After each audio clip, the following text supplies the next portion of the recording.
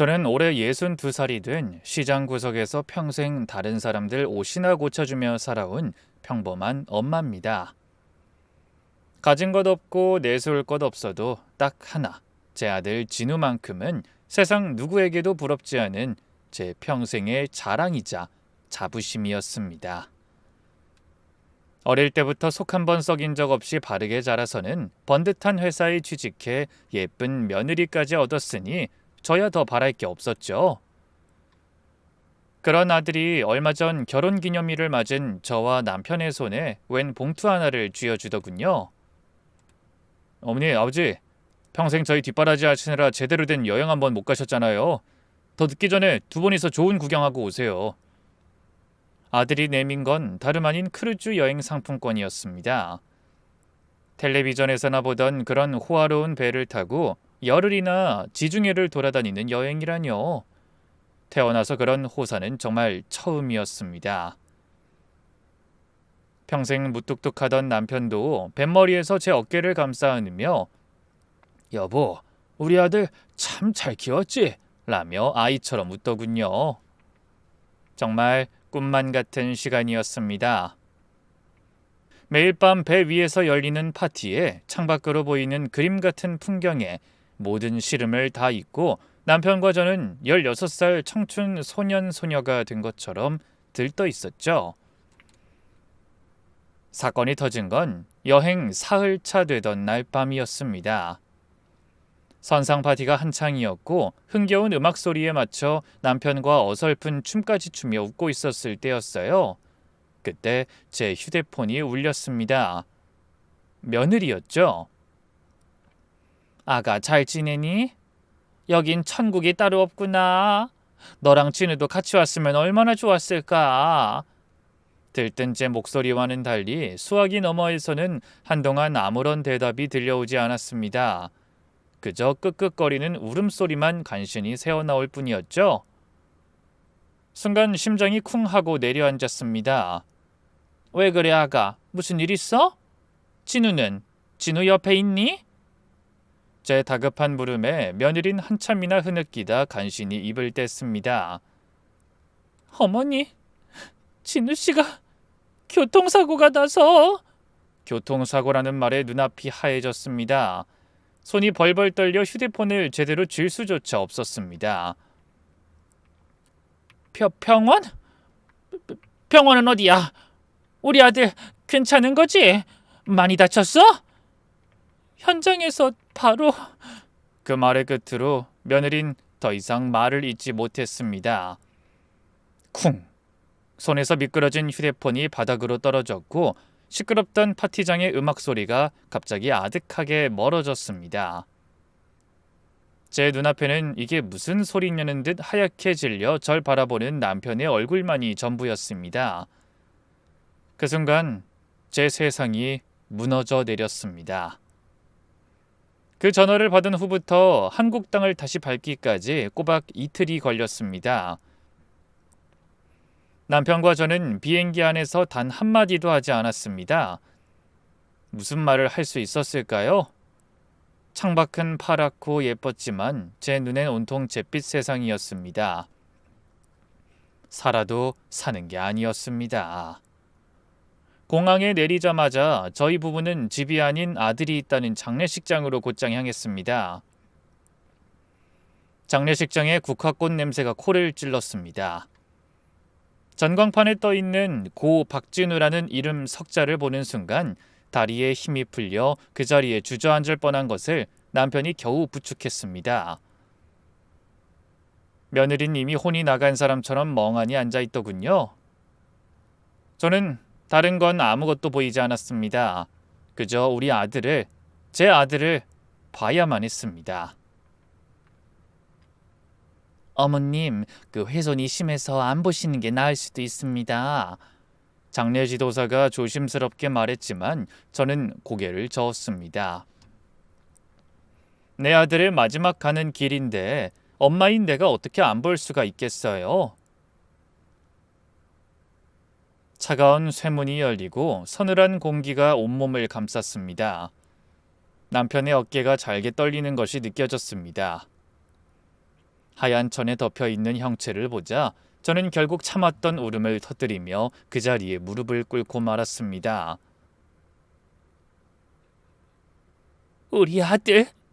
우리 아들 진우야. 엄마 왔다.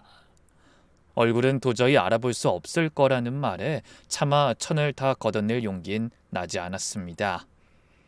그저 아들의 손이라도 한번 잡아보고 싶은 마음에 저는 떨리는 손으로 시심포 끝을 살짝 걷어냈습니다. 차갑게 식어버린 손이 모습을 드러냈습니다. 그 손을 붙잡고 한참이나 오열했습니다. 그런데 한참을 울며 아들의 손을 쓰다듬던 그때였습니다. 뭔가 이상했습니다. 우리 진우가 초등학교 2학년 때 골목에서 자전거를 타다 넘어져서 깨진 유리병에 손바닥을 크게 베인 적이 있었습니다. 어찌나 상처가 깊었던지 10바늘도 넘게 꿰맸더랬죠. 그래서 왼손 손바닥에는 평생 반달 모양의 하얀 흉터가 선명하게 남아 있었습니다. 제가 사내놈 손에 이게 뭐냐며 평생을 놀려먹었던 그 흉터였습니다. 그런데 제가 지금 붙잡고 있는 이 손은 너무나도 깨끗했습니다. 아니야, 내가 지금 헛것을 보나? 눈물이 앞을 가렸어. 저는 옷소매로 눈물을 닦고 다시 손바닥을 들여다봤습니다. 몇 번을 다시 보고 제 손으로 쓸어봐도 흉터는 없었습니다. 있어야 할 자리에 아무것도 없었습니다. 그 순간 제 머릿속에서 무언가 툭하고 끊어지는 소리가 들렸습니다. 슬픔이 아니라 완전히 다른 종류의 공포가 온몸을 덮쳐왔습니다. 저는 붙잡고 있던 손을 마치 불에 댄 것처럼 내팽개쳤습니다. 아니야, 이 사람 내 아들 아니야. 우리 진우 아니라고. 차가운 안치실에 제 절규가 메아리 쳤습니다. 제정신이냐며 저를 붙잡는 남편의 팔을 뿌리치고 저는 넋이 나간 사람처럼 소리쳤습니다. 여보, 당신도 와서 봐. 이 손, 우리 진우 손 아니잖아. 당신도 알잖아. 하지만 남편은 차마 시신 쪽으로는 고개도 돌리지 못한 채 그저 제 입을 막으려고만 했습니다. 여보, 제발 정신 좀 차려. 사람들 다 보는데 이게 무슨 망신이야. 남편의 눈은 이미 퉁퉁 부어 붉게 충혈되어 있었습니다. 아마 남편은 제가 아들의 끔찍한 모습을 보고 충격에 실성이라도 했다고 생각했던 것 같습니다. 그때 소란을 듣고 경찰 한 분이 안으로 들어왔습니다. 피곤한 기색이 역력한 최 반장이라는 분이었습니다. 저는 마치 구세주라도 만난 것처럼 그에게 매달렸습니다. 형사님은 제 말 좀 믿어주세요. 이 사람 제 아들 아니라고요. 우리 아들 손에는요, 아주 어릴 때 생긴 평생을 달고 산 큰 흉터가 있어요. 근데 이 손은 아니에요. 제 눈으로 똑똑히 봤어요. 제 간절한 외침에 최 반장은 잠시 제 얼굴과 시신을 번갈아 쳐다보더군요. 하지만 그의 표정엔 어떠한 동요도 없었습니다. 그는 그저 깊은 한숨을 한번 내쉬더니 들고 있던 서류철을 열어 제게 보여줬습니다. 어머님, 이 마음은 충분히 이해합니다만 저희도 확인을 마쳤습니다. 사고 현장에서 고인의 소지품과 신분증을 저희가 직접 확보했고 절차상 신원 확인은 종결된 사안입니다. 그의 목소리는 기계처럼 차갑고 사무적이었습니다. 저는 서류에 적힌 박진우라는 이름을 붙잡고 다시 한번 애원했습니다. 아니에요. 뭔가 잘못됐을 거예요. 제발 다시 한 번만. 어머님. 최 반장은 제 말을 잘랐습니다. 사고가 워낙 끔찍해서 시신이 많이 훼손되다 보니 어머님께서 기억하시는 흉터 같은 건 잘 보이지 않을 수도 있습니다. 저희를 믿고 마음을 추스르십시오. 그 순간 저는 모든 희망을 잃었습니다. 제 말이, 제 목소리가 그 누구에게도 닿지 않았습니다. 제 눈으로 똑똑히 보고 제 아들이 아니라고 온몸의 세포 하나하나가 소리치고 있는데 세상은 서류 위에 적힌 글자 몇 개가 진실이라고 말하고 있었습니다. 남편은 죄송합니다 라며 경찰에게 연신 고개를 숙이더니 거의 반강제로 저를 안치실 밖으로 끌어냈습니다. 쾅 하고 닫히는 육중한 쇠문 소리가 제 가슴에 대모처럼 박혔습니다. 저는 무력하게 끌려 나오며 생각했습니다. 아니야. 저 안에 있는 사람은 내 아들이 아니야. 그럼 내 아들 지는 지금 어디 있는 거지? 안치실에서 끌려 나오다시피 한 저는 조문객들 눈을 피해 장례식장 구석에 있는 작은 가족실로 떠밀려 들어갔습니다. 남편은 제가 어디 도망이라도 갈 사람처럼 문 앞을 막아섰습니다. 평생을 함께한 남편이었지만 그 순간 남편의 얼굴이 그렇게 낯설고 무섭게 느껴진 것은 처음이었습니다. 여보, 제발 우리 여기서 이러지 말자. 응? 남편은 금방이라도 무너질 것 같은 목소리로 제게 애원했습니다. 내가 당신만 모르는 거 아니야. 나도 지금 당장이라도 따라 죽고 싶은 심정이라고. 근데 그래도 이건 아니잖아. 당신답지 않게 왜 이래? 저는 기가 막혀서 말이 나오지 않았습니다. 저 역시 남편의 마음을 왜 모르겠습니까? 하지만 이건 슬픔의 문제가 아니었습니다. 명백한 사실의 문제였습니다.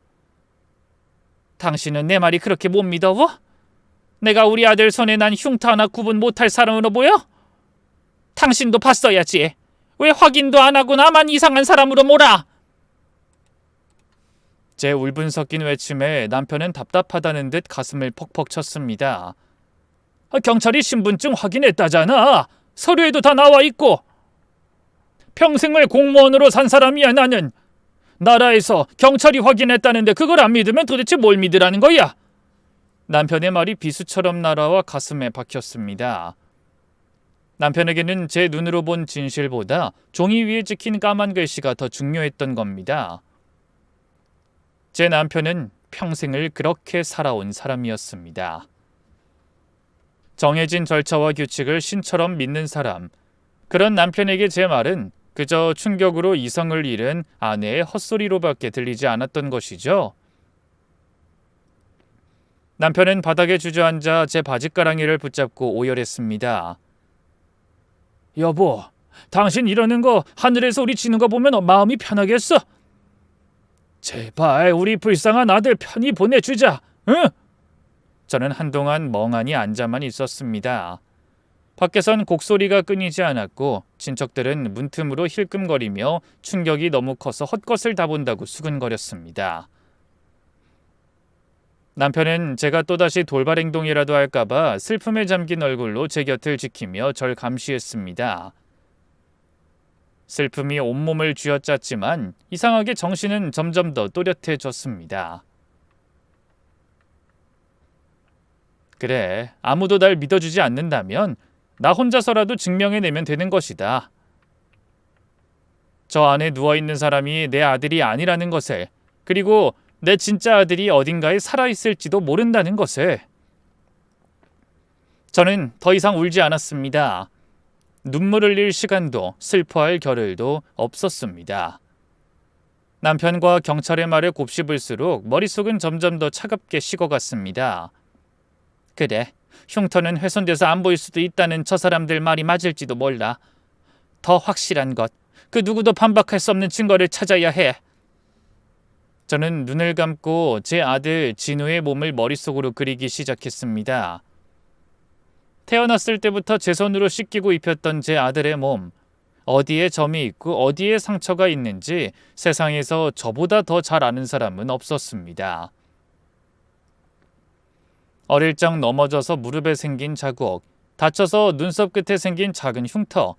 하지만 전부 사고로 훼손될 수 있다는 말 한마디면 그만일 증거들이었습니다. 뭔가 다른 게 필요했습니다. 절대로 변하지 않는 몸속 깊은 곳에 있는 증거가. 기억을 더듬고 더듬어 내려가던 그때 번개처럼 한 장면이 제 뇌리를 스치고 지나갔습니다. 아들이 20살을 간 넘겼을 무렵이었습니다. 대학교 동아리에서 축구를 하다가 상대편 선수와 발목이 부딪혀 부러졌다며 병원에 실려갔던 그날 밤.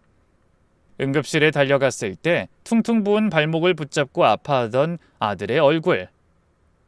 그리고 의사 선생님이 엑스레이 사진을 보여주며 했던 말이 또렷하게 기억났습니다.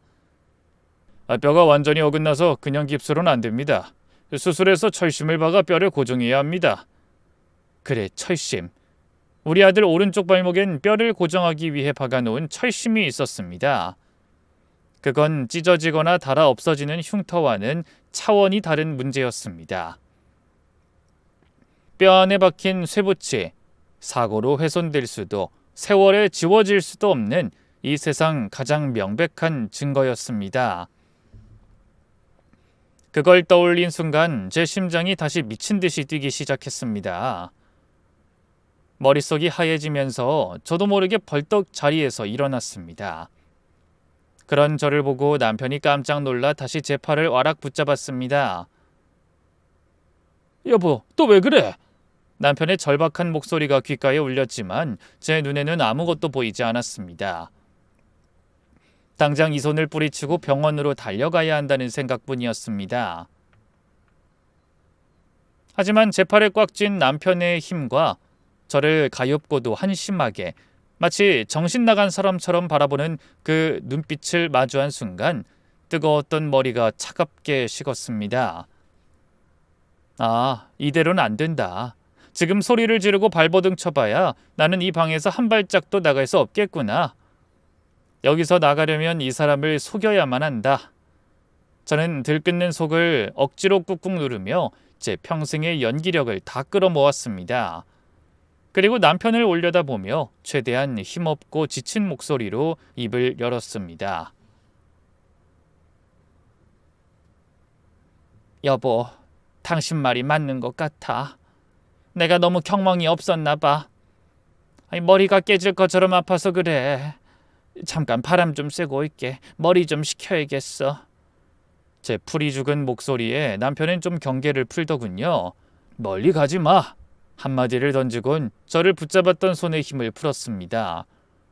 저는 그대로 비틀거리며 장례식장을 빠져나왔습니다. 그리고 뒤도 돌아보지 않고 뛰었습니다.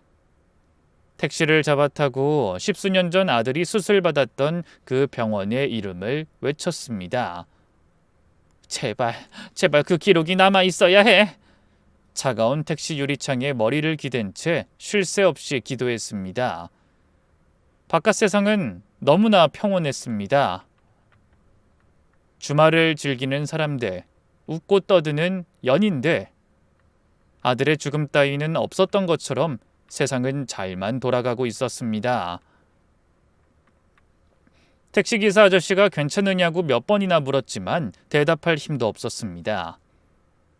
병원에 도착한 저는 곧장 원목과 의무 기록실로 달려갔습니다. 하지만 저를 맞이한 건 젊은 직원의 차가운 한마디였습니다. 박준희님 진료 기록은 본인이 아니시거나 가족관계 증명서와 환자 신분증, 위임장이 없으면 발급이 불가능합니다. 개인정보보호법이라서요. 위임장이라뇨? 죽었다는 아들의 위임장을 제가 어디서 구한단 말입니까? 그 순간 눈앞이 캄캄해졌습니다. 장례식장에서 병원까지 달려오는 동안 이런 당연한 절차 따윈 생각할 겨를도 없었습니다. 저는 창고에 매달려 거의 울부짖었습니다. 내 아들이 지금 죽었다고 장례식장에 누워있어요. 근데 아니야. 내 아들이 아닐지도 몰라요.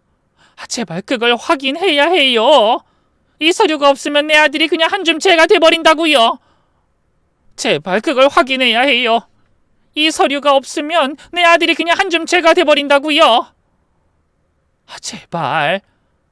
엄마한테 아들 기록도 못 줍니까? 법이 그래도 어떻게 이래요?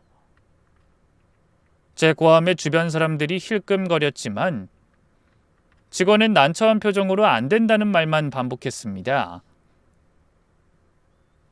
그렇게 모든 게 끝나는구나 싶어 창고 앞에 주저앉으려던 순간이었습니다.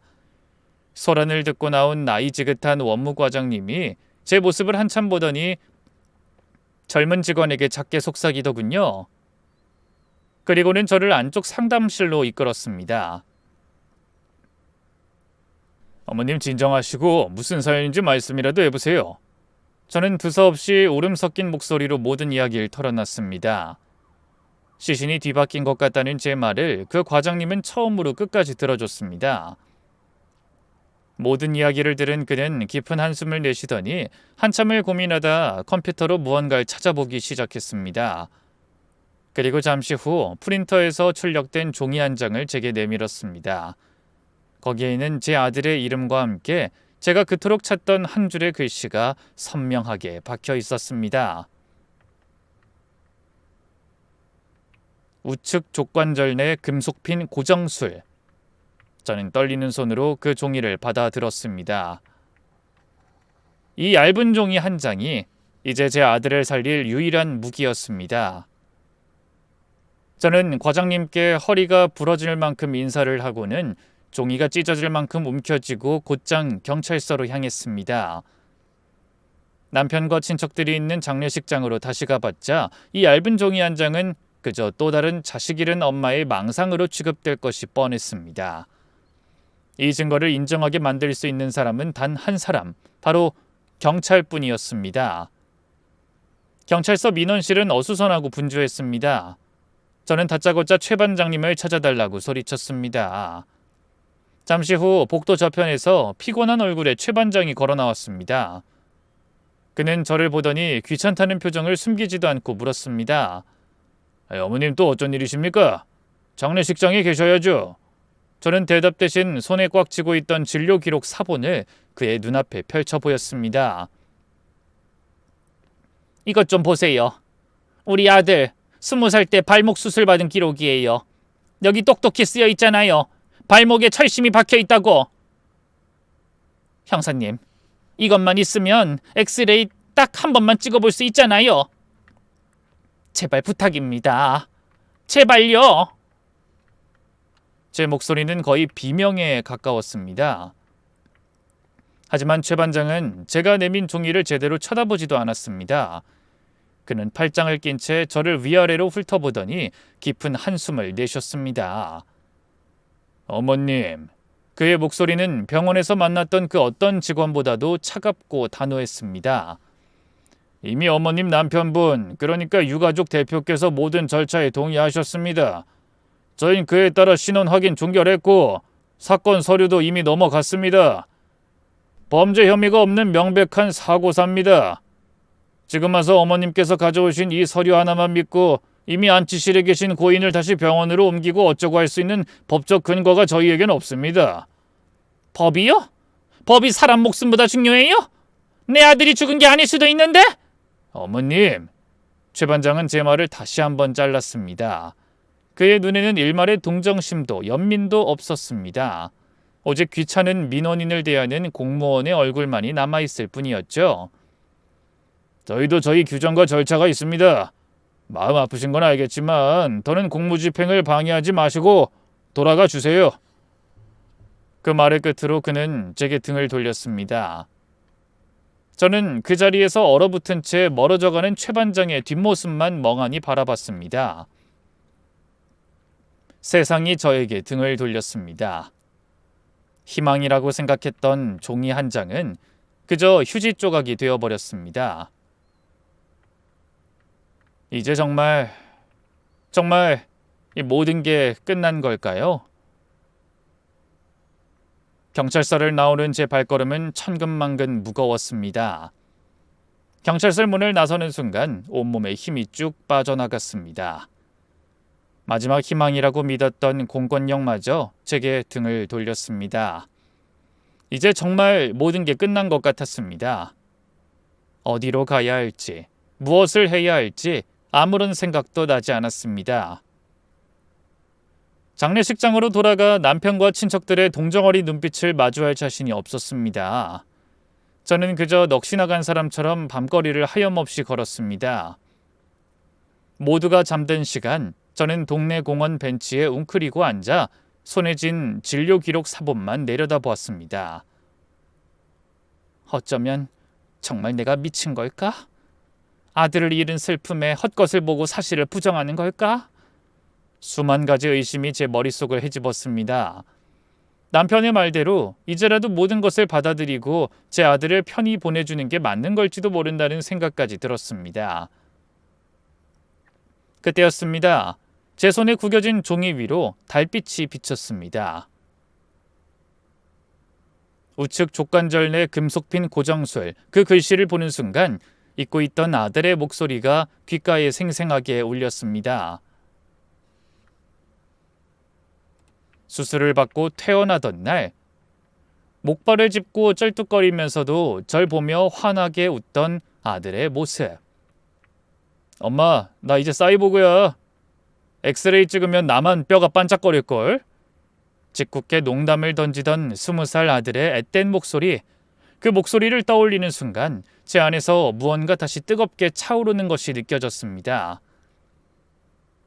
그래, 이건 내 망상이 아니야. 내 기억이, 내 아들이, 내 모든 것이 진실이라고 말하고 있었다. 세상이 다 아니라고 해도 엄마인 나는 안다. 그렇게 뜬 눈으로 밤을 새웠습니다. 동쪽 하늘이 희미하게 밝아올 무렵 휴대폰이 울렸습니다. 남편이었습니다. 오늘 오전 10시가 발인이야. 어디야? 빨리 들어와. 남편의 목소리는 여전히 저를 원망하는 듯 했지만 더 이상 제겐 중요하지 않았습니다. 그렇게 아들의 장례식 마지막 날이 밝았습니다. 하지만 그건 제게 제 아들을 되찾기 위한 전쟁의 시작을 알리는 아침이었습니다. 저는 벤치에서 일어나 흐트러진 옷 매무새를 가다듬었습니다. 밤새 꼬깃꼬깃해진 진료기록 사본을 고이 펴서 심장과 가장 가까운 안주머니에 넣었습니다. 그리고 제 마지막 싸움터가 될 장례식장을 향해 한 걸음 한 걸음 힘주어 걸어갔습니다. 장례식장에 다시 들어섰을 때 저는 더 이상 슬픔에 잠긴 유가족이 아니었습니다. 제 아들을 구하기 위해 적진에 뛰어든 병사와도 같았습니다. 남편은 밤새 밖에서 헤맨 저를 보고 혀를 차며 고개를 돌렸지만 저는 아무렇지도 않았습니다. 제 머릿속은 오직 단 하나, 언제, 어떻게 막을 것인가 하는 생각뿐이었습니다. 모든 장례 절차가 진행되는 동안 저는 영정사진 앞에서 묵묵히 절을 올리고 조문객들에게 인사를 했습니다. 겉으로 보기엔 모든 것을 체념하고 아들의 마지막을 받아들인 평범한 엄마의 모습이었을 겁니다. 하지만 제 심장은 금방이라도 터질 것처럼 세차게 뛰고 있었고 제 눈은 단 한순간도 제 아들이 아닌 누군가와 누워있을 저 관에서 멀어지지 않았습니다. 남편은 영정사진을 든 채 넋이 나가 있었고 며느린 하염없이 눈물만 흘리고 있었습니다. 그들을 보고 있자니 가슴 한편이 아려왔습니다. 저들은 지금 엉뚱한 사람을 붙잡고 마지막 인사를 나누고 있는 것이니까요. 마침내 모든 곡소리가 그치고 발인 시간이 되었습니다. 장례 지도사의 엄숙한 목소리가 장내에 울려 퍼졌습니다. 이제 고인께서 마지막 길을 떠나실 시간입니다. 그 말을 신호로 운구 인부들이 관의 양옆에 섰습니다. 남편이 영정사진을 들고 앞장섰고 며느리와 친척들이 그 뒤를 따랐습니다. 저 역시 그 행렬의 맨 끝에 그림자처럼 조용히 서 있었습니다. 운구어. 나지막한 소리와 함께 관이 천천히 들어 올려졌습니다. 쿵쿵. 발걸음에 맞춰 관이 흔들릴 때마다 제 심장도 함께 곤두박질 쳤습니다. 한 걸음 한 걸음 운구 행렬은 장례식장 문을 지나 아들을 태워 한 줌 재로 만들어버릴 검은 운구차를 향해 나아갔습니다. 문 밖으로 차가운 아침 햇살이 보였습니다. 저 햇살을 받으며 저 관이 운구차에 실리는 순간 모든 것이 끝입니다. 제 아들을 찾을 마지막 기회가 사라지는 겁니다. 지금이야. 저는 마지막 남은 모든 힘을 다리에 모았습니다. 그리고 제 앞에 있던 친척의 어깨를 밀치고 행렬의 가장 앞으로 관을 이끌던 인부들을 향해 제 몸을 던졌습니다. 안 돼요. 멈춰요. 제 비명 같은 고함에 엄숙하던 장례식장의 모든 소음이 거짓말처럼 멎었습니다. 운구 행렬이 그 자리에 멈춰섰고 수십 개의 눈이 전부 제게로 향했습니다. 남편이 믿을 수 없다는 얼굴로 저를 돌아봤습니다. 저는 관 앞을 두 팔 벌려 막아선 채 울음과 분노가 뒤섞인 목소리로 다시 한번 외쳤습니다. 그 관 절대 못 나갑니다. 내 아들인지 제대로 다시 확인하기 전엔 단 한 발짝도 못 움직여요. 제 외침은 그저 허공의 메아리가 될 뿐이었습니다. 정신 차리라는 남편의 고함이 가장 먼저 제 귀에 날아와 박혔습니다. 빨리 좀 끌어내요. 제발. 못 들어요. 안 말리고. 남편의 절규를 신호탄으로 제 동생 뻘되는 시동생과 조카들이 달려들어 제 팔을 잡아 끌기 시작했습니다.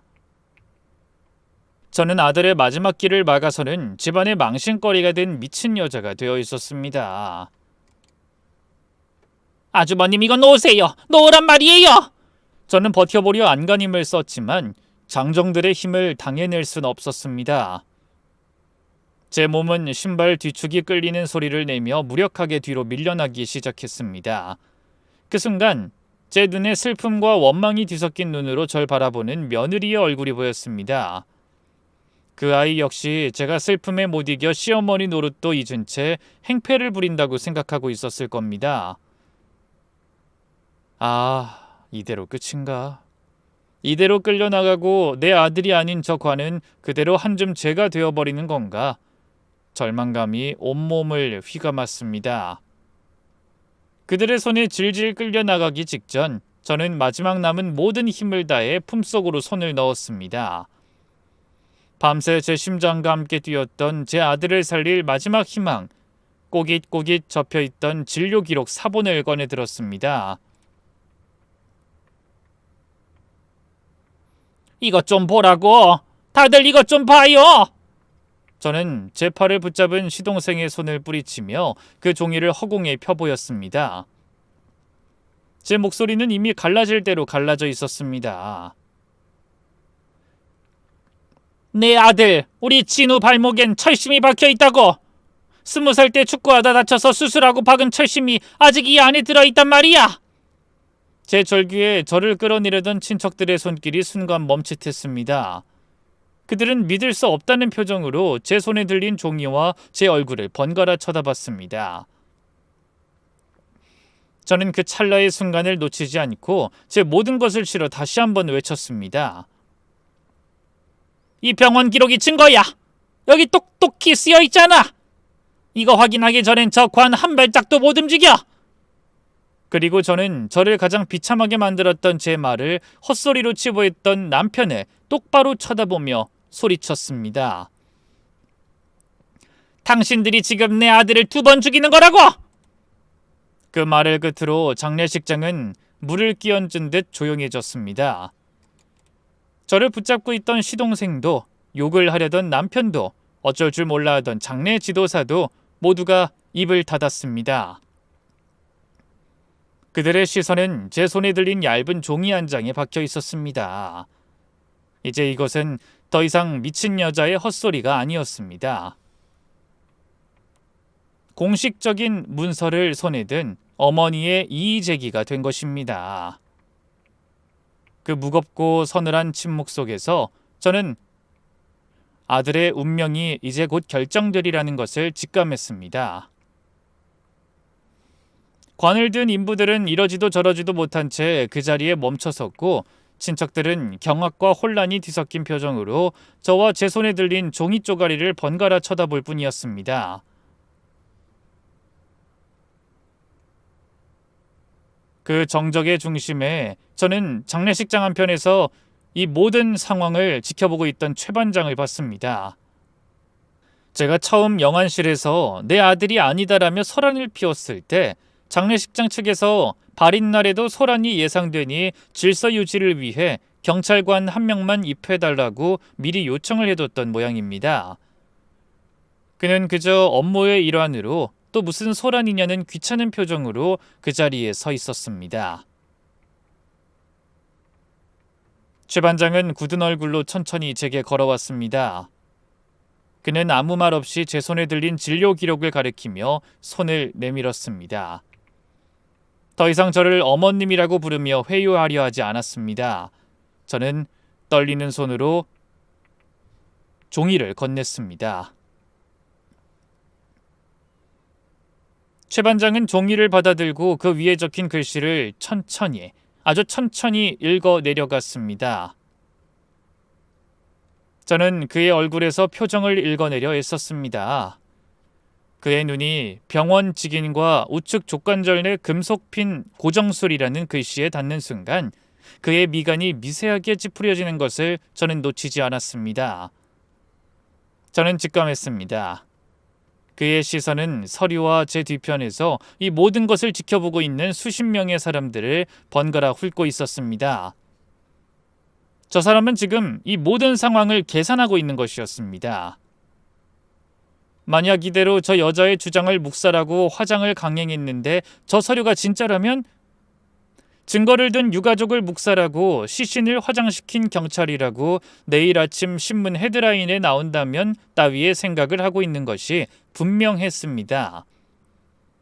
자신의 옷을 벗게 만들지도 모르는 이 아찔한 상황의 무게를 저울질하고 있는 것이 너무나도 분명해 보였습니다. 한참이나 저를 쏘아보던 최 반장은 마침내 결심한 듯 고개를 들었습니다. 알겠습니다. 그 한마디에 제 심장이 쿵 하고 떨어졌습니다. 운구 즉시 중단하세요. 관 내려놓읍시다. 그의 말이 떨어지자마자 인부들은 기다렸다는 듯 관을 다시 제자리로 내려놓습니다. 쿵 하는 육중한 소리가 장례식장 전체에 울려 퍼졌습니다. 남편은 믿을 수 없다는 표정으로 그 자리에 얼어붙었습니다. 최 반장은 굳은 얼굴로 제게 마지막 통보를 하듯 말했습니다. 지금 당장 이 시신 병원으로 다시 이송해서 신원 재확인하겠습니다. 그 말을 끝으로 며칠 동안 저를 지탱하고 있던 마지막 긴장의 끈이 툭 하고 끊어져 버렸습니다. 제 다리에 힘이 풀렸고 저는 그 자리에 주저앉아 버렸습니다. 눈물이 비 오듯 쏟아졌습니다. 하지만 그건 슬픔의 눈물이 아니었습니다. 여기까지, 정말 여기까지 너무나도 외롭게, 너무나도 힘들게 달려왔다는 안도감의 눈물이었습니다. 제 말이 드디어 세상에 닿았다는 기쁨의 눈물이었습니다. 저는 바닥에 주저앉은 채 이제는 마지막 희망이 되어버린 저 관을 보며 하염없이 울었습니다. 최 반장의 지시 한마디에 상황은 순식간에 정리되었습니다. 운구는 중단되었고 관은 다시 장례식장 가장 깊숙한 곳에 있는 안치실로 옮겨졌습니다. 병원 이송 절차를 위해 경찰 몇 명이 더 도착했고 장례식장은 순식간에 엄숙한 애도의 공간에서 차가운 사건 현장으로 변해버렸습니다. 친척들은 이게 대체 무슨 일이냐며 웅성거렸고 남편은 고개를 푹 숙인 채 차마 제 얼굴을 쳐다보지도 못했습니다. 그 누구도 제게 말을 걸지 않았습니다. 저는 순식간에 이 모든 소란을 일으킨 원흉이자 가족들의 슬픔을 망쳐버린 죄인이 되어 있었습니다. 하지만 괜찮았습니다. 저는 더 이상 그들의 시선이 두렵지 않았습니다. 제 모든 신경은 오직 다시 굳게 닫힌 저 안치실 쇠문 너머에 쏠려 있었습니다. 경찰들이 서류를 챙기고 병원에 연락을 하는 동안 저는 자석에 이끌린 쇠붙이처럼 저도 모르게 안치실 앞으로 다가갔습니다. 차갑고 두꺼운 쇠문에서는 냉기가 흘러나왔습니다. 저는 그 문에 가만히 손을 댔습니다. 며칠 전 처음 저 문을 열고 들어갔을 때 절망감이 다시금 온몸을 덮쳐왔습니다. 그때는 정말 모든 게 끝이라고 생각했습니다. 아들의 싸늘한 손을 붙잡고 저는 제 인생도 함께 끝났다고 믿었습니다. 하지만 지금은 달랐습니다. 똑같은 쇠문 앞에 서 있었지만 이제 저는 절망이 아닌 희망을 품고 있었습니다. 어쩌면 저 문 너머에 누워있는 저 사람이 정말 내 아들이 아닐지도 모른다는 희망, 그리고 내 진짜 아들이 지금 이 순간에도 어딘가에서 숨을 쉬고 있을지도 모른다는 간절한 희망. 주변의 모든 소음이 아득하게 멀어졌습니다. 수근거리는 친척들의 목소리도 무전기를 들고 다급하게 움직이는 경찰들의 소리도 들리지 않았습니다. 세상에 오직 저 차가운 쇠문과 저 단둘이 남겨진 것만 같았습니다. 저는 문에 이마를 기댄 채 눈을 감았습니다. 지난 며칠간의 시간이 주마등처럼 스쳐 지나갔습니다. 내 아들이 아니라고 절규하던 제 목소리, 실성했다며 저를 막아서던 남편의 얼굴, 규정상 안 된다며 저를 돌려세우던 경찰의 냉정한 눈빛, 세상 모두가 아니라고 할 때 저는 얼마나 외로웠던가요? 얼마나 무서웠던가요? 몇 번이나 모든 것을 포기하고 싶었습니다. 그냥 내가 미친 것이라고, 내가 틀린 것이라고 인정해버리는 편이 훨씬 쉬웠을 겁니다. 하지만 그럴 수 없었습니다. 엄마니까요. 내 아들의 손바닥에 난 흉터를 기억하는 단 한 사람의 엄마니까요. 그렇게 한참을 서 있었을까요? 등 뒤에서 최 반장의 목소리가 들려왔습니다. 어머님, 이제 병원으로 이송해야 합니다. 나오시죠. 저는 천천히 몸을 돌렸습니다.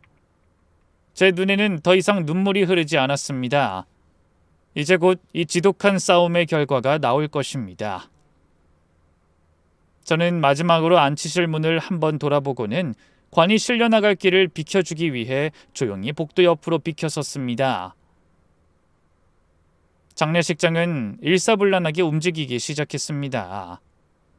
관은 장례식장의 검은 운구차가 아닌 경찰의 협조로 동원된 하얀 구급차에 실렸습니다. 그곳에서 드디어 진실이 밝혀질 터였습니다. 최 반장은 저를 돌아보며 말했습니다. 어머님 같이 가시죠. 직접 확인하셔야겠습니다. 저는 말없이 고개를 끄덕였습니다. 하지만 제 옆에 서 있던 남편은 달랐습니다. 남편은 핏기 하나 없는 얼굴로 웅성거리는 친척들과 굳어버린 장례식장 분위기를 한번 훑어보더니 저를 향해 힘겹게 입을 열었습니다. 여보, 당신 혼자 가서 꼭 제대로 잘 확인하고 와. 저는 남편의 말뜻을 이해할 수 없어 되물었습니다.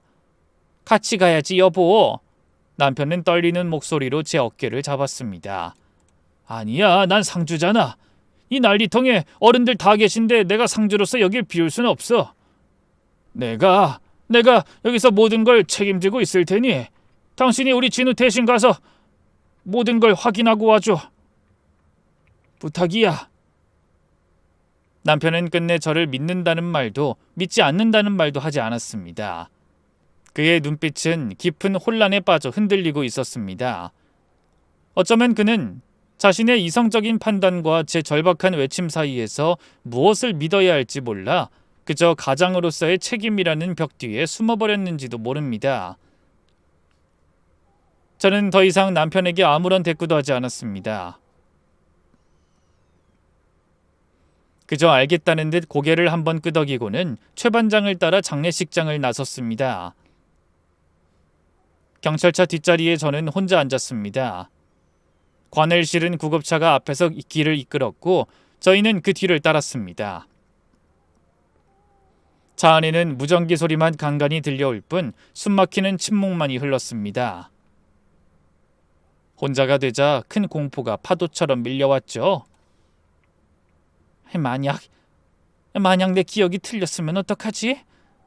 오래전 일이라 내가 착각한 거면, 그래서 엑스레이를 찍었는데 아무것도 나오지 않으면, 그러면 저는 정말 미친 여자가 되는 겁니다.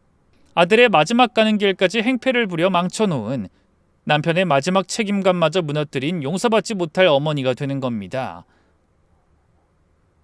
제 평생의 확신이 어쩌면 제 인생 최악의 착각일지도 모른다는 생각이 들자 온몸에서 식은땀이 흘렀습니다. 병원에 도착한 저는 경찰의 안내를 받아 의상의학과로 향했습니다. 관이 촬영실 안으로 옮겨졌고 굳게 닫힌 육중한 남문이 제 앞으로 닫혔습니다. 저는 차가운 복도 의자에 세상에 홀로 남겨진 사람처럼 덩그러니 앉아 결과를 기다렸습니다. 제 심장이 제 귀에다 대고 쿵쿵 북을 치는 것만 같았습니다. 얼마나 지났을까? 촬영실 문이 열리고 의사 한 분과 최 반장이 나왔습니다. 저는 저도 모르게 자리에서 벌떡 일어났습니다. 최 반장은 굳은 얼굴로 절 바라보며 말했습니다. 어머님, 이쪽으로. 저는 떨리는 다리를 겨우 움직여 작은 판독실로 들어섰습니다. 그곳에는 커다란 모니터가 있었고 의사가 화면의 한 부분을 가리켰습니다. 그의 목소리는 감정 한 점 섞이지 않은 지극히 사무적인 톤이었습니다. 여기 보시는 바와 같이 우측 족관절, 즉 발목뼈입니다. 오래전에 골절될 흔적이 있긴 하지만 다른 특이사항은 보이지 않고, 네, 보시다시피 내부에 금속 보형물 또한 전혀 없습니다. 그 말을 듣는 순간 저는 저도 모르게 짧은 비명을 내뱉으며 입을 틀어막았습니다. 화면 속에는 제가 기억하는 아들의 엑스레이 사진과는 전혀 다른 깨끗한 뼈의 모습만이 덩그러니 놓여 있었습니다. 반짝여야 할 그 자리에 아무것도 없었습니다. 내가 맞았어. 난 미치지 않았어. 그 생각과 함께 온몸에 긴장이 풀리며 다리가 후들거렸습니다. 최 반장은 굳은 얼굴로 모니터를 응시하더니 아무 말 없이 휴대폰을 꺼내 어딘가로 전화를 걸었습니다. 그의 낮고 다급한 목소리가 차가운 판독실 안을 울렸습니다. 최 반장이다. 신원 불일치 확인됐다. 지금 즉시 장례식장에 있는 보호자에게 연락해서 상황 알려라. 저는 그제야 참았던 숨을 길게 내쉬었습니다. 제 아들이 아니라는 안도감, 그리고 그럼 내 진짜 아들은 어디 있냐는 새로운 절망감, 그 모든 감정이 뒤섞여 제 속에서 폭풍처럼 휘몰아쳤습니다. 최 반장의 전화 한 통으로 모든 것이 끝난 것 같았지만 사실은 이제부터가 진짜 시작이었습니다. 경찰은 분주하게 움직이기 시작했습니다. 한 팀은 사고 기록을 처음부터 다시 검토하기 위해 경찰서로 복귀했고 최 반장은 제게 잠시 병원에서 기다리라며 다른 곳으로 향했습니다. 아마도 진짜 제 아들의 행방을 찾기 위해 사고 현장 근처의 다른 병원들을 수소문하기 시작한 것이겠죠. 저는 차가운 병원 복도에 홀로 남아 방금 전 엑스레이 사진이 떠있던 그 모니터 화면만 멍하니 떠올렸습니다. 내가 맞았어. 난 미치지 않았어. 그 사실 하나만으로도 온몸에 피가 다시 도는 것 같았지만 곧이어 더 큰 절망감이 저를 덮쳐왔습니다. 그럼 내 아들은, 내 진짜 아들은 지금 어디에 있는 걸까? 살아는 있는 걸까? 아니면 차가운 영안실 어딘가에 이름도 없이 누워있는 건 아닐까? 생각은 꼬리에 꼬리를 물고 저를 더 깊은 지옥으로 끌고 들어갔습니다. 그때였습니다. 저는 자리에서 벌떡 일어났습니다. 아니, 이러고 있을 때가 아니다. 장례식장, 그래, 그곳으로 돌아가야 한다. 내 남편, 나를 미친 여자 취급하며 외면했던 그 사람에게 이 모든 진실을 직접 전해야만 했습니다. 그리고 내 아들이 아니었던 그 억울한 영혼에게도 마지막 인사는 해야 했습니다. 저는 최 반장에게 잠시 다녀오겠다는 연락을 전하고 무작정 병원을 뛰쳐나와 택시를 잡아탔습니다. 장례식장에 도착했을 때 그곳의 시간은 마치 멈춰 있는 것 같았습니다. 제가 떠날 때와 똑같이 친척들은 여전히 웅성거리고 있었고 남편은 상주 자리에 멍하니 서서 허공만 보고 있었습니다. 저를 발견한 남편의 눈이 크게 흔들렸습니다. 저는 아무 말 없이 그에게로 똑바로 걸어갔습니다. 제 발걸음에 수근거리던 모든 소음이 멎었습니다. 모두의 시선이 제게로 향했습니다. 남편은 떨리는 목소리로 제게 물었죠. 어떻게 된 거야? 저는 대답 대신 남편의 눈을 똑바로 쳐다보며 제 평생의 모든 감정을 실어 한마디 한마디 내뱉었습니다. 당신이 틀렸어. 내가 맞았어. 제 말을 이해하지 못한 남편의 얼굴에 의문이 스치는 순간 그의 주머니에서 휴대폰이 요란하게 울리기 시작했습니다. 최 반장이었습니다. 남편은 저와 휴대폰을 번갈아 쳐다보더니 떨리는 손으로 전화를 받았습니다. 저는 아무 말 없이 그저 남편의 얼굴이 어떻게 무너져 내리는지를 지켜봤습니다. 네? 아이 그게 무슨... 남편의 얼굴이 하얗게 질려갔습니다. 휴대폰을 쥔 손이 힘없이 아래로 떨어졌고 멍하니 허공을 보던 그의 눈에서 갑자기 눈물이 폭포수처럼 쏟아지기 시작했습니다. 그 모습을 보고 무슨 일이냐며 다가온 시동생과 친척들. 남편은 그들을 향해 천천히 고개를 돌렸습니다. 그리고 아이처럼 서럽게 울부짖었습니다.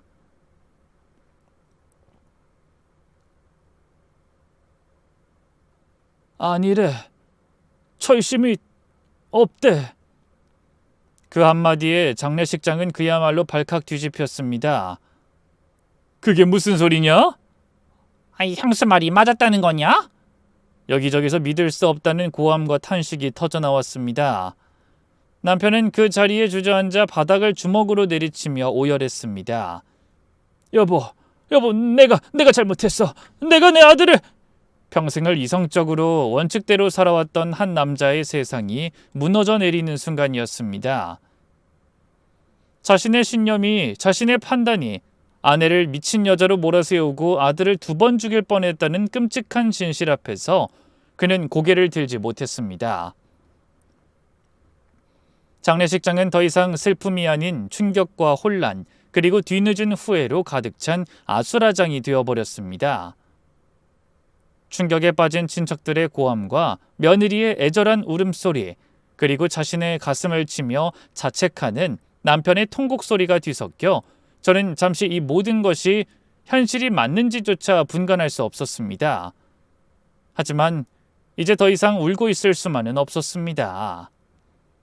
제 아들이 아니라는 것이 밝혀졌다면 이제는 진짜 제 아들을 찾아야만 했습니다.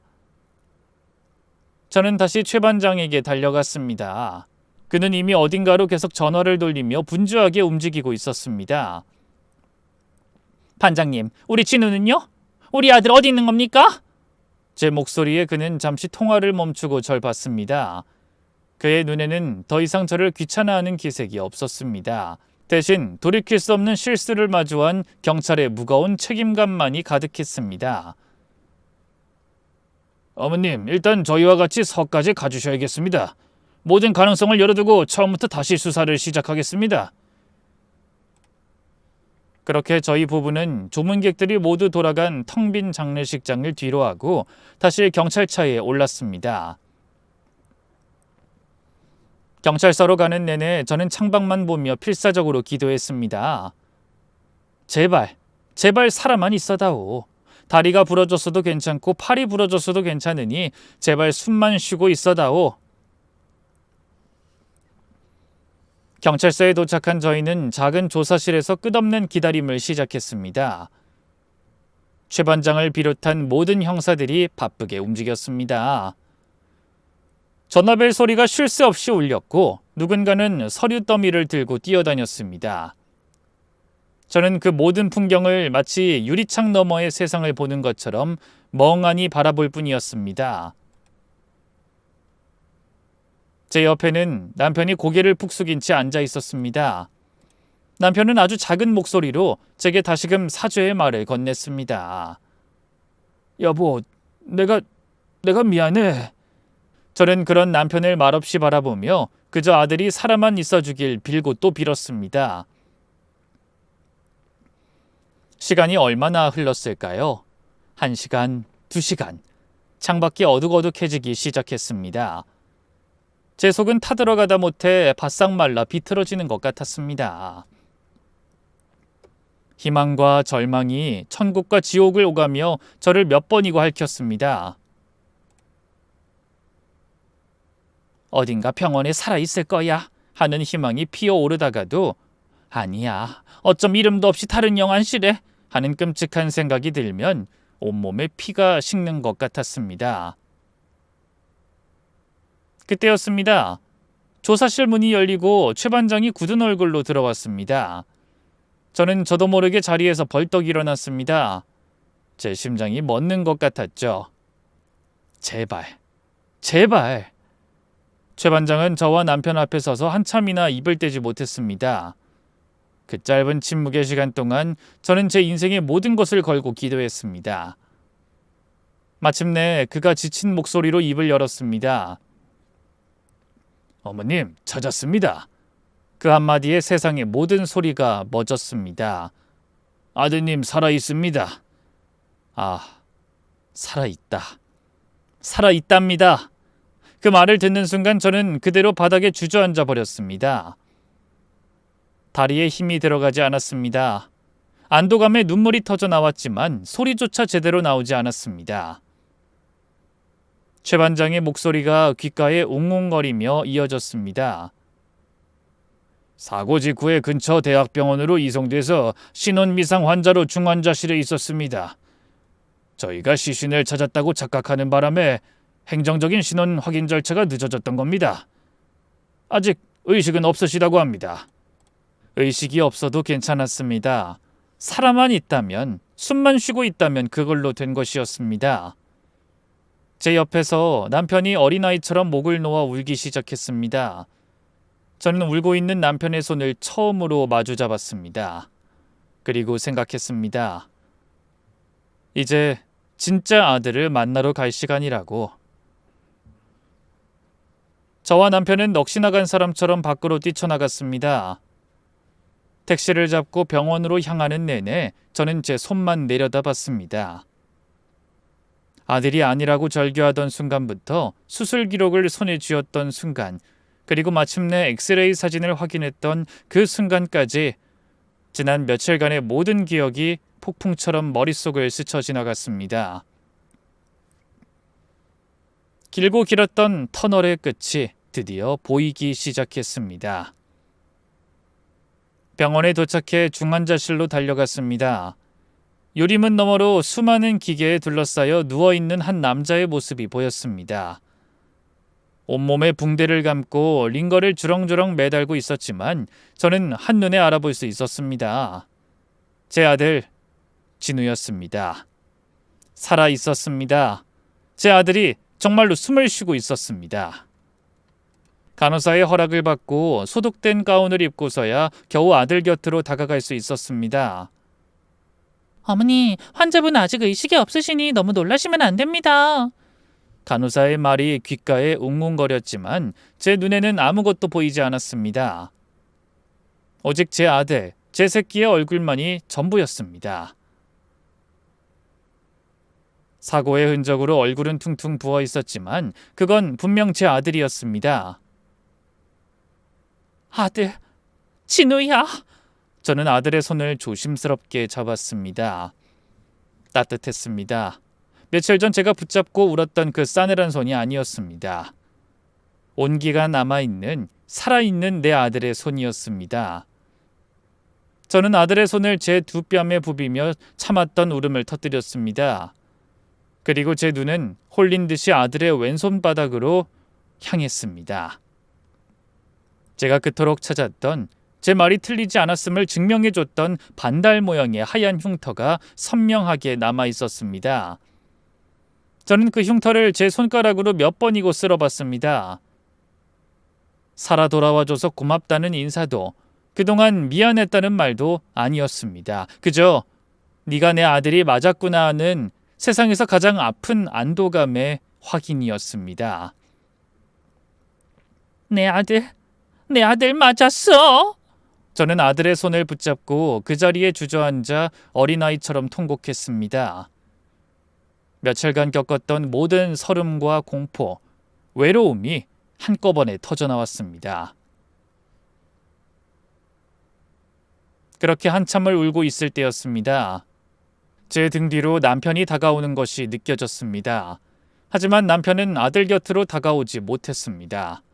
그는 아들의 침대 발치에 선 채 자신의 아들을, 그리고 그런 아들을 붙잡고 우는 아내의 모습을 그저 바라만 보고 있었습니다. 그리고 다음 순간 남편은 제 옆으로 다가와 아무 말 없이 조용히 무릎을 꿇었습니다. 쿵 하고 그의 무릎이 차가운 병원 바닥에 닿는 소리가 제 귓가에 선명하게 들렸습니다. 저는 울음을 멈추고 고개를 들었습니다. 남편은 저를 보지 않았습니다. 그는 온몸에 죄책감과 후회를 담은 눈으로 의식 없는 아들을 바라보며 떨리는 목소리로 입을 열었습니다. 여보. 남편은 그 한마디를 끝으로 더 이상 아무 말도 잇지 못했습니다. 그저 어깨를 들썩이며 소리 없이 눈물만 뚝뚝 흘렸습니다. 그 눈물에는 수만 가지 의미가 담겨 있었습니다. 미안하다는 말, 고맙다는 말, 그리고 내가 틀렸다는 완전한 인정. 평생을 꼿꼿하게 살아온 한 남자가 아내와 아들 앞에서 자신의 모든 것을 내려놓는 순간이었습니다. 저는 말없이 제 손을 뻗어 남편의 떨리는 손등을 가만히 감싸쥐었습니다. 그 후로 계절이 한번 바뀔 정도의 시간이 흘렀습니다. 제 아들 진우는 살아있다는 기적을 보여줬지만 의식은 돌아오지 않았습니다. 그날 이후 제 하루는 중환자실에서 시작해서 중환자실에서 끝났습니다. 매일 아침 저는 아들의 얼굴을 닦아주고 굳어버린 팔다리를 주물러주며 잠시도 쉬지 않고 말을 걸었습니다. 오늘은 날씨가 어떻다더라. 네가 좋아하던 된장찌개를 끓였다. 어릴 때 너는 어떤 아이였다. 시시콜콜한 이야기부터 까마득한 옛날 이야기까지 대답 없는 아들에게 저는 그렇게 수만 번의 말을 건넸습니다. 의사들은 가망이 없다는 말을 에둘러 표현하곤 했습니다. 마음의 준비를 하라는 뜻이었겠죠. 하지만 저는 단 한순간도 포기하지 않았습니다. 세상 모두가 내 아들이 죽었다고 했을 때도 저는 결국 아들을 찾아냈습니다. 그러니 이번에도 저는 제 아들을 이대로 보낼 수는 없었습니다. 제 남편은 완전히 다른 사람이 되었습니다. 평생의 신념이 무너진 남편은 이제 제 곁을 묵묵히 지키는 그림자가 되었습니다. 매일 저를 병원에 데려다 주고 늦은 밤 집으로 데려오는 것이 남편의 유일한 일과였습니다. 그는 이제 제게 미안하다는 말 대신 매일 밤 잠든 제 머리맡에 따뜻한 물 한 잔을 떠다 놓는 것으로 자신의 마음을 표현했습니다. 저희 부부는 그렇게 말없이 서로의 상처를 보듬으며 아들이 깨어날지도 모르는 그 막연한 희망 하나에 기대어 하루하루를 버텨냈습니다. 그러던 어느 가을날 오후였습니다. 그날도 저는 여느 때처럼 의식 없는 아들의 손을 잡고 아들의 어릴 적 이야기를 해주고 있었습니다. 아들이 유치원에서 처음 받아쓰기 100점을 받아와 자랑하던 날의 이야기였죠. 그때 네가 얼마나 기뻐했는지 몰라. 동네방네 뛰어다니면서 그 시험지를 어찌나 자랑하고 다녔는지. 그때 그 조그맣던 손이 이렇게나 커버렸네. 저는 아들의 손등을 쓸어주다 무심코 아들의 왼손바닥을 제 손가락으로 꾹 눌렀습니다. 제 말이 틀리지 않았음을 증명해줬던 바로 그 흉터 자리였습니다. 바로 그 순간이었습니다. 제 손 안에 있던 아들의 손가락이 아주 미세하게 꿈틀하고 움직였습니다. 저는 숨을 멈췄습니다. 잘못 본 것이라고, 그저 내 간절함이 만들어낸 헛것이라고 생각했습니다. 저는 떨리는 목소리로 아들의 이름을 불렀습니다. 진우야, 아들, 엄마 보여? 그러자 기적 같은 일이 일어났습니다. 몇 달 동안 단 한 번도 움직이지 않던 아들의 눈꺼풀이 아주 천천히 파르르 떨리며 위로 올라갔습니다. 초점 없는 눈동자가 한참이나 허공을 헤매더니 이내 제 얼굴을 향해 느리게 움직였습니다. 아들의 입술이 힘겹게 열렸습니다. 몇 달 만에 처음으로 저는 제 아들의 목소리를 들었습니다. 엄마... 그 한마디에 저는 그 자리에 주저앉아 통곡하고 말았습니다. 의사와 간호사들이 달려와 아들의 상태를 살폈고 마침내 제 아들은 길고 긴 잠에서 완전히 깨어났습니다. 며칠 뒤 일반 병실로 옮긴 아들은 조금 더 또렷한 목소리로 제게 말했습니다. 남편과 며느리를 통해 그동안 있었던 모든 이야기를 전해 들었다고 했습니다. 아들은 제 손을 꼭 잡으며 눈물을 글썽였습니다. 엄마, 다 들었어요. 저 때문에 얼마나... 저는 아들의 말을 가로막으며 아들의 머리를 쓰다듬었습니다. 아니다, 아들. 그런 말 마라. 엄마가 자식 찾는 게 당연하지. 엄만 괜찮아. 네가 이렇게 살아 돌아와 줬으니 엄만 더 바랄 게 없어. 제 아들은 아무 말 없이 제 손을 끌어다 자신의 뺨에 가만히 부볐습니다. 그리고는 며칠 전 제가 그랬던 것처럼 자신의 손바닥에 있는 그 오래된 흉터를 자신의 손가락으로 천천히 어루만졌습니다. 세상 모두가 외면하고 법과 절차가 틀렸다고 말할 때 오직 이 작은 흉터 하나를 기억했던 엄마의 사랑이 자신을 살렸다는 것을. 아들은 그렇게 말없이 제게 이야기하고 있었습니다. 세상의 모든 증거와 맞서야 했던 지난 시간을 돌아보면 지금도 가끔 아찔합니다. 하지만 저는 대단한 사람이 아닙니다. 그저 내 자식 손바닥에 흉터 자국 하나를 잊지 않았던 평범한 엄마였을 뿐입니다. 그 평범한 사랑이 제 아들에게는 가장 큰 기적이 되었습니다. 제 긴 이야기 들어주셔서 정말 감사합니다.